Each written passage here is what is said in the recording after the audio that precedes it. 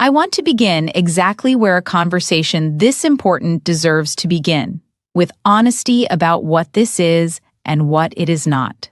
This is not a catalog of female villainy. It is not a document designed to produce shame or to argue that women are uniquely capable of destruction in ways that men are not. It is not a political position or a cultural backlash or an attempt to reverse the direction of any conversation about gender and accountability. It is a specific, evidence-based examination of behaviors. Behaviors that operate inside marriages with a consistency and a damage output that deserves to be named directly. Behaviors that are producing specific harm to specific men in specific marriages right now, and that are almost never named with the clarity and the specificity they deserve because naming them clearly makes people uncomfortable, and discomfort has been granted a veto over honesty in most of the spaces where this conversation should be happening. I am removing that veto today, not because I enjoy difficulty, because the marriages that are quietly dying around us are not dying from dramatic betrayals or obvious cruelties. They are dying from the accumulated weight of behaviors that each seem small in isolation, and that together constitute a systematic dismantling of the man at the center of them. And the women doing the dismantling frequently love their husbands. That is the part that makes this conversation necessary rather than optional. Love without self-examination is not enough. It has never been enough. And the examination that love requires, applied honestly to the behaviors I am about to name, is what separates the marriages that survive from the ones that do not. Here are 9 ways women destroy their men and their marriages. 1. Treating his emotional needs as less legitimate than hers. The hierarchy of emotional legitimacy inside modern marriages is not neutral. It has a direction. And the direction consistently places her emotional needs at the top of the priority stack and his somewhere below the threshold that receives automatic acknowledgement. She is sad, and the appropriate response is immediate presence, inquiry, care. He is struggling, and the appropriate response is frequently the question of whether his struggle is proportionate to its cause before the care is extended. This asymmetry is so normalized inside the marriages where it operates that neither person has examined it as a structural feature of the relationship. She does not experience herself as dismissing his pain. She experiences herself as being appropriately practical, as helping him solve the problem rather than amplifying it by treating it as more significant than it is. He experiences something different. He experiences the consistent signal that what he carries emotionally is not the kind of thing that this relationship holds space for. That bringing his interior life to his wife produces assessment rather than reception. That the safer choice, the choice that does not cost him the additional discomfort of having his pain evaluated for its legitimacy before it is acknowledged, is the choice of not bringing it at all. So he stops bringing it. And she notices that he does not share himself with her and calls it him being closed off. She does not trace the closing to what she built around every attempt he made to open. The marriage that treats male emotional need as inherently less urgent than female emotional need is not an equal partnership. It is a partnership with a hidden hierarchy that the person at the bottom of the hierarchy will eventually stop pretending does not exist. 2. The public diminishment. There is a specific form of female behavior that operates in social contexts and that produces damage that the private version of the same behavior does not produce, because public damage has an audience, and audiences are witnesses, and witnesses make the damage permanent in ways that private exchanges are not permanent. The public diminishment is the joke at his expense delivered to the dinner table, the eye roll when he offers a perspective in a group conversation, the correction of his account of a shared story in front of the people whose respect matters to him. The casual reference to his failures, his limitations, his areas of inadequacy, delivered with the lightness of someone who believes they are being funny rather than someone who is broadcasting to everyone in the room that she does not fully respect the man she chose. He absorbs it. In the moment he absorbs it, because the alternative, which is to address it publicly, produces a worse outcome than the absorption, He smiles, or he lets it pass, or he produces the specific quality of silence that looks like equanimity and is actually the management of a wound in front of witnesses. The witnesses notice. They form the assessment she just broadcast to them. And the next time they are in a room with him, that assessment is present, having been installed by the woman who was supposed to be his primary source of social affirmation rather than the most effective vector of his social diminishment. A man who is regularly diminished publicly by his wife does not build the confidence required to show up fully in his own life. He builds the opposite, the specific guardedness of a person who has learned that the one relationship in which vulnerability is supposed to be safe is actually the relationship in which vulnerability becomes ammunition. 3. Weaponizing the children. This one produces damage that extends beyond the man and into the next generation, and it deserves to be named with the directness that its downstream consequences require. In the ordinary friction of a marriage with children, there are disagreements about parenting, about discipline, about priorities, about how to handle specific situations that each parent is assessing through the lens of their own values and their own instincts. Those disagreements are normal.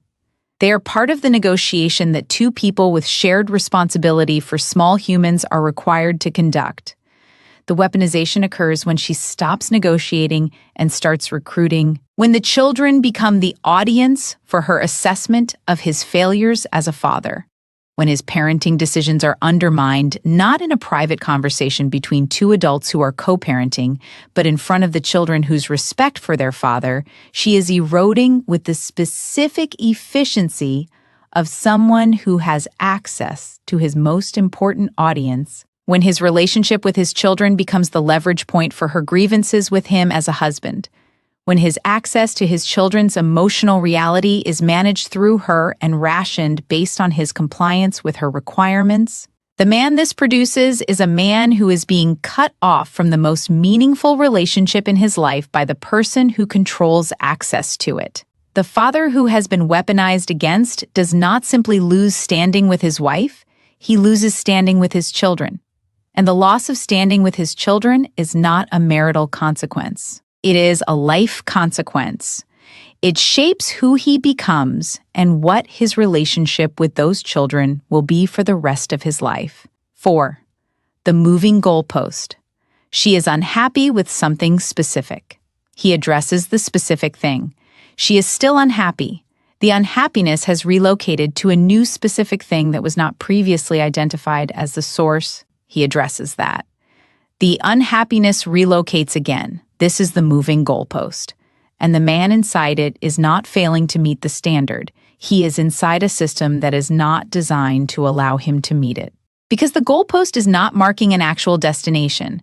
It is marking her chronic dissatisfaction, which is structural rather than situational, and therefore cannot be resolved by addressing any specific situation. He does not always understand this. In the early stages, he genuinely believes that the next adjustment, the next accommodation, the next demonstrable improvement will finally produce the settled satisfaction that he has been working toward. So he keeps working.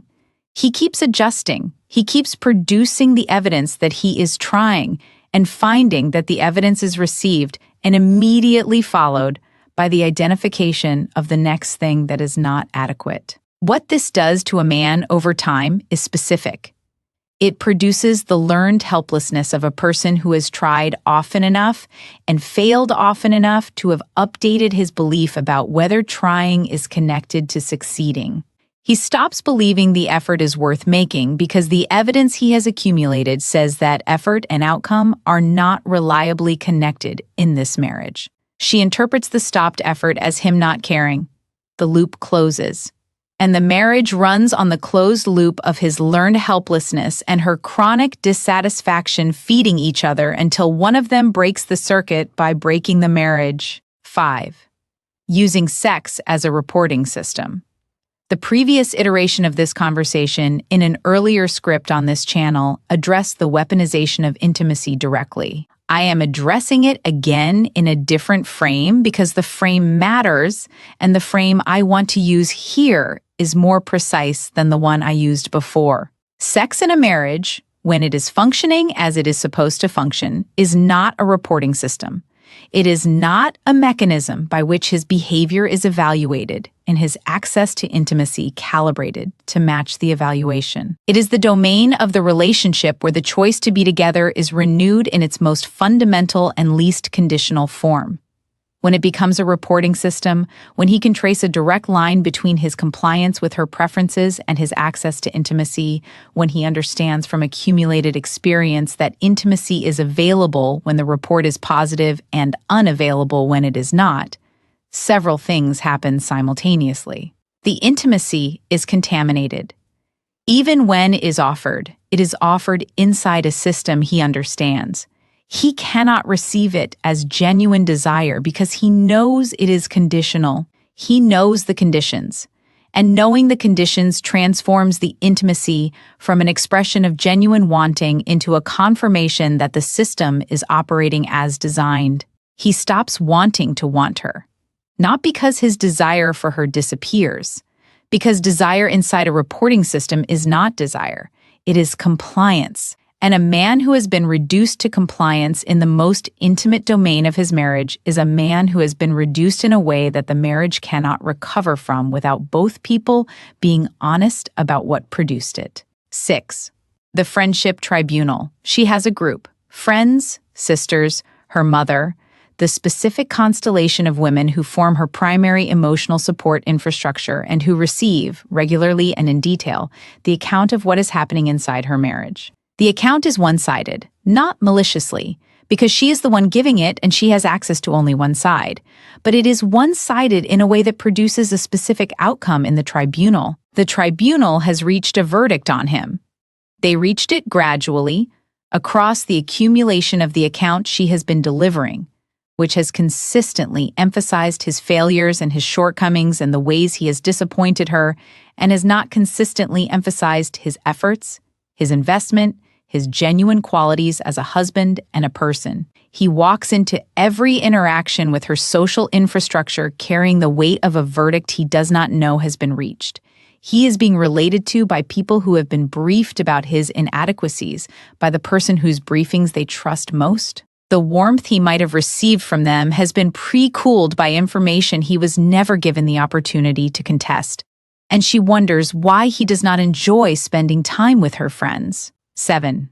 Selective memory and conflict. The marriage has a history. Two people have been living inside it, producing that history together, and the history contains examples of both people at their best and at their worst. Both people failing and recovering. Both people causing harm and making repair. The history is bilateral. It belongs to both of them. The selective memory turns the bilateral history into a unilateral prosecution document. In conflict, she has access to a detailed and precisely organized catalog of his failures across the history of the marriage. The specific thing he said in 2019, the way he handled a particular situation 3 years ago. The pattern she has identified across enough instances that the pattern has become the evidence for a case she is building rather than a genuine attempt to understand what is happening between them. His successes across that same history are not in the catalog. His repairs are not in the catalog. His genuine efforts and their genuine outcomes are not in the catalog. The catalog is a prosecution document, and prosecution documents do not include exculpatory evidence. He cannot defend against the catalog because he does not have access to it in the organized form she has access to it. He cannot match her forensic precision because he has not been maintaining the document. He has been living in the marriage rather than building a case from it. And in the conflict, he loses. Not because he was wrong, because she brought a document and he brought a memory. The marriage that runs on selective memory and conflict is a marriage in which one person is permanently on trial and the other person is permanently. The prosecutor and genuine resolution is structurally unavailable because the system is designed for conviction rather than reconciliation. Way 8. Competing with his peace. He has things that restore him. Activities, spaces, relationships outside the marriage that replenish what daily life depletes. The specific things vary. They are often simple. Time alone with a genuine interest. The gym. An old friendship that predates her and that connects him to a version of himself that exists independent of the marriage. A hobby that is entirely his and that produces the specific satisfaction of being good at something that does not require her assessment of how good he is. She experiences these things as competition, not always consciously, not always expressed directly, but through the specific quality of what she produces around them. The observation that he seems more interested in those things than in her, the quiet withdrawal of warmth when he returns from them, the pattern of needs that seem to intensify precisely in the moments he has allocated to replenishment. He learns the pattern. He understands that the things that restore him reliably produce a cost in the marriage that is almost but not quite high enough to make the restoration not worth pursuing. Almost. So he pursues them, but with the specific guilt of a man who has been taught that his own replenishment is an act of selfishness. The guilt is effective. It reduces the quality of the restoration even when the activity is technically permitted. He cannot fully restore in a space that has been contaminated with the signal that restoration is something he is doing instead of something he is doing, so that he can return to her as the version of himself that the marriage requires. A man who cannot replenish cannot sustain, and a marriage that competes with his peace will eventually lose him to a version of himself that has given up on trying to bring anything back. Loving the idea of him more than the reality of him. This is the last way, and it is the most intimate and the most quietly devastating of all the things on this list, because it operates in the space where his deepest need lives, and it denies that need in the specific form that denial is most damaging. His deepest need is to be known, not idealized, not projected onto, not loved as the representative of a category of man she has decided she wants. Known. In the specific, unglamorous, fully informed sense of a person who has been seen accurately across enough time and enough ordinary moments that the person seeing them has a genuine picture of who they are. She fell in love with a version of him. Every person who falls in love with a version. The version that was present at the beginning, before the ordinary erosion of sustained proximity revealed the full complexity of the actual person underneath the version. The version that was performing at a level that genuine courtship produces and that genuine long-term relationship cannot sustain because sustained performance is not authentic presence. She loves that version. And when the actual him shows up, the him that has mornings when he is not performing anything, that has fears he has not fully articulated, that has limitations that the version she fell in love with did not visibly possess, she experiences his actuality as a disappointment, rather than as the invitation to the deeper knowing that genuine love requires. He can feel this.